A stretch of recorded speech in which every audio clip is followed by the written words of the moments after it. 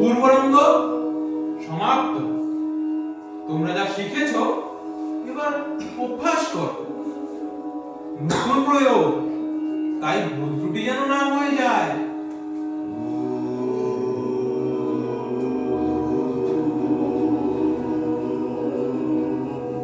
গুরুদেব, আমাদের প্রণাম গ্রহণ করুন। প্রণাম গুরুদেব। তথাস্তু। বলো ঋষিগণ, কি প্রয়োজনে তোমাদের এখানে আসা? গুরুদেব, যখন থেকে আপনি নাট্যশাস্ত্র রচনা করেছেন তখন থেকে অনেক প্রশ্ন আমাদের মনে। আর এই প্রশ্নের উত্তর পাওয়ার জন্য আমরা আজ আপনার কাছে এসেছি। তবে নিঃসংকোচে বলো।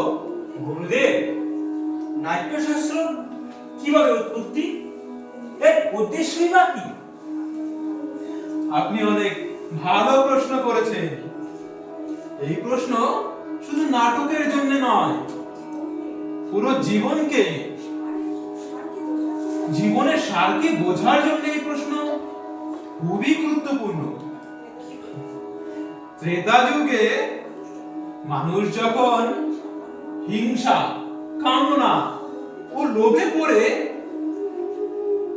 অদ্ভুত এক সমস্যার দিকে লিপ্ত হয়েছে, তখন দেবরাজ ইন্দ্র ব্রহ্মাকে প্রার্থনা জানান যে এমন এক মাধ্যম তৈরি করুন যেটা একই সঙ্গে দেখা যাবে, একই সঙ্গে শোনা যাবে, এবং যা থেকে মানুষ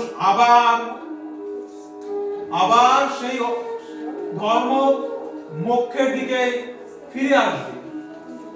তখন জগৎ পিতা ব্রহ্মা নাট্যবেদের সৃষ্টি করলেন, যার প্রায়োগিক শাস্ত্রই হচ্ছে নাট্যশাস্ত্র।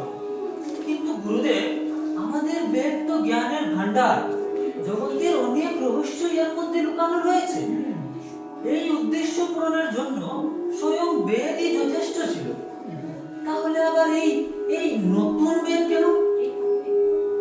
এই কারণ এটা সমস্ত মানুষের জন্য সহজ হয়ে যায়। সমস্ত স্তরের লোকজনেরা নাটকের মাধ্যমে যাদের পরিপূর্ণতার পথে, শিক্ষার পথে নিয়ে আসে। এই মঙ্গলের উদ্দেশ্য মাথায় রেখে ব্রহ্মদেব 4টি বেদ একত্রিত করে নাট্যবেদ রচনা করেছে। 4টি বেদের তত্ত্ব মিলিয়ে নাট্যবেদের রচনা করবে। এই 4টি বেদের তত্ত্ব, এর মানে কি গুরুদেব? মানে কি? নাটকের যে পাঠ শোনো সেটা ব্রহ্মদেব ঋগ্বেদ থেকে নিয়েছে। এই সুন্দর যে সঙ্গীত শুনতে পাচ্ছ, এটি সামবেদ থেকে নিয়েছে। অভিনয় নিয়েছেন যজুর্বেদ থেকে, আর রস নিয়েছেন অথর্ববেদ থেকে। এই 4টি বেদের অংশ নিয়েই নাট্যশাস্ত্র। গুরুদেব, এই নাট্যশাস্ত্র কি শুধু এই দেবতাদের জন্যই বানানো হয়েছে? না, নাট্যশাস্ত্র সবার জন্য। মানুষ, দেবতা, দানব এরা সবাই নাট্যশাস্ত্রকে প্রয়োগ করে শুভ কাজের জন্য,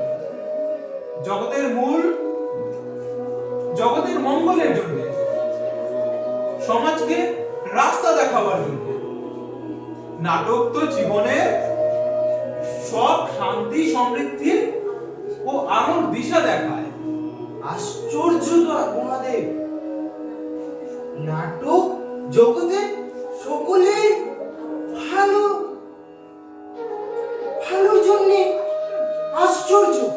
মৌলিক, অমৌলিক সব এই জ্ঞানের ভান্ডার। একদম সর্বকালের সংমিশ্রণ এই নাট্যশাস্ত্র। তাই তো তাকে তিলোত্তম শিল্প বলা হয়। গুরুদেব, এই নাট্যশাস্ত্র দেখি ভারী অদ্ভুত, জীবিত থাকার জন্য খুব জরুরি। কিন্তু আমাদের এই সমাজ এই নাটককে কেন মেনে নিতে পারছে না? আমরা তো শিল্পী, আমাদের কলা করাই হচ্ছে ধর্ম। নীতি নিয়োগ আমাদের প্রশ্ন নয়। নাটক শুধু একটা কলা নয়, নাটক সমাজের দর্পণ। মানুষকে সত্যের রাস্তা দেখায়, আলোর দিশা দেখায়। জাতি, ধর্ম, বর্ণ, এমনকি ভৌগোলিক অবস্থান ভেদাভেদে নাট্যমঞ্চ মানবতার কথা বলে। নিঃসন্দেহে পৃথিবীকে সুন্দরের পথে নিয়ে যায়। সত্যি গুরুদেব, কলাবিহীন সমাজ তো পশুদের সমাজ। হ্যাঁ হ্যাঁ, কলাবিহীন সমাজ তো পশুদের সমাজ। আমি নাট্যবেদ এই জন্যই রচনা করেছি, এই আশা আর ভাবনার সাথে যে সমাজ শিল্প আর শিল্পীদের এই স্থান দেবে যেটা তাদের প্রাপ্য। পঞ্চমের সমস্ত বেদের জ্ঞান। ঋষিগণ, আমার রঙ্গকর্মী পুত্ররা আপনাদের স্বাগত জানাবার জন্য একটি নাটক তৈরি করেছে। এখন তারা আপনাদের অপেক্ষায় রয়েছে। চলুন আমরা নাটকটা উপভোগ করি। চলুন। কর্তব্যে বন্দনা করি, বে মানুষ একদিকে উদয়ের ভানু, সবদিকে প্রসরে গো।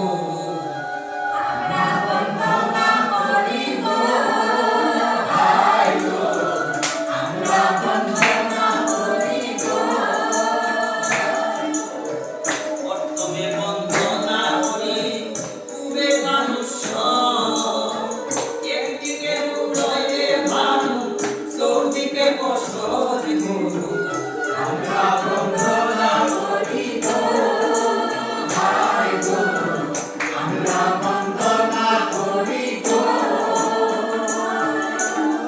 দক্ষিণে বন্দনা করি, কিরণে সাগর, এইখানে বাণিজ্যে যাইতে সাধ্য সোনা ধরে গো। আমরা বন্দনা করি গো, আমরা বন্দনা করি গো। তোরে বন্দনা করি কৈলাসের অধিপতি, এইখানে বসত করে পরোয়ার পার্বতী গো। আমরা বন্দনা করি গো, আমরা বন্দনা করি গো। नमस्कार, বন্দনা करी हम भाविका टीम से हैं और हमने आज ये प्रयोग आज आपके सामने किया। वी आर ग्रेटफुल इनफ कि NSD ने हमें ये अपॉर्चुनिटी दिया।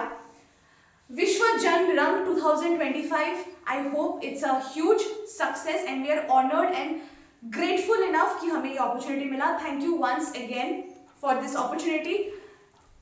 भाविका टीम ने हमने जितना हो सका with full our potential we have tried to do this।